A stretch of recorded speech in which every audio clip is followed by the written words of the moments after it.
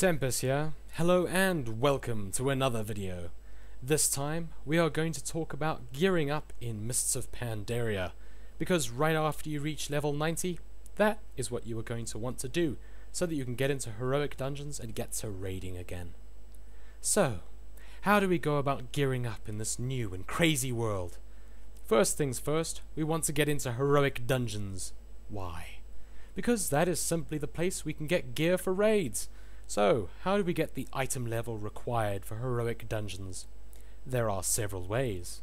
First up, you could just go to the auction house and buy a whole bunch of crafted and bind on equipped gear, and then you are all set. This does have some issues though. While PvP gear in MoP doesn't seem to have the disadvantage of missing stats in favor of things like resilience like it did in the past, it will still be frowned upon. But for the most part, you can use it to heal and DPS in dungeons, and that's fine. The true issue with just buying PvP gear for heroics comes if you are tanking. PvP gear doesn't have the mitigation that you need, so as a tank, you really want to get the non-PvP gear from the auction house, if possible. You can also get the mats and then pay somebody to craft items for you. But let's say that for whatever reason, as a tank, you are forced into getting PvP gear. Well, it's not a total loss. Hopefully the PvP gear you get has mastery on it, which will be super helpful for you as a tank anyway. But then what you can do is take that gear and reforge the other stat, say haste or crit, because as a tank you generally don't want those stats. Moving on. If you don't have the gold to buy gear from the auction house, you have the option to either gather the mats yourself, or you can farm normal dungeons to gear up for heroics. If, like me, you've prepared for the arrival of Mists of Pandaria by stockpiling justice points so that you can buy a whole bunch of gear right off the bat, then you might be disappointed to hear that you will need to grind reputation with certain factions, such as the August Celestials, the Klaxi, the Shadowpan, and the Golden Lotus, in order to buy it. Furthermore, the gear you get from Justice Points vendors isn't as good as the gear you get from heroic dungeons anyway.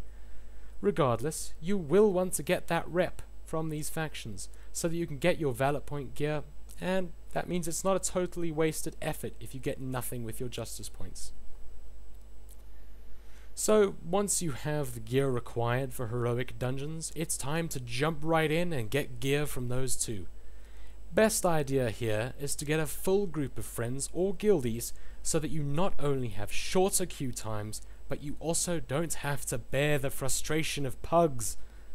If you are unable to get a full group of friends or guildies to do heroics with you and you have long queue times, then be sure to use these queue times to do something productive. You can gather while you wait for some extra gold to pay for things like gems and enchants. You can level your fishing skill. You can do quests to grind the reputation.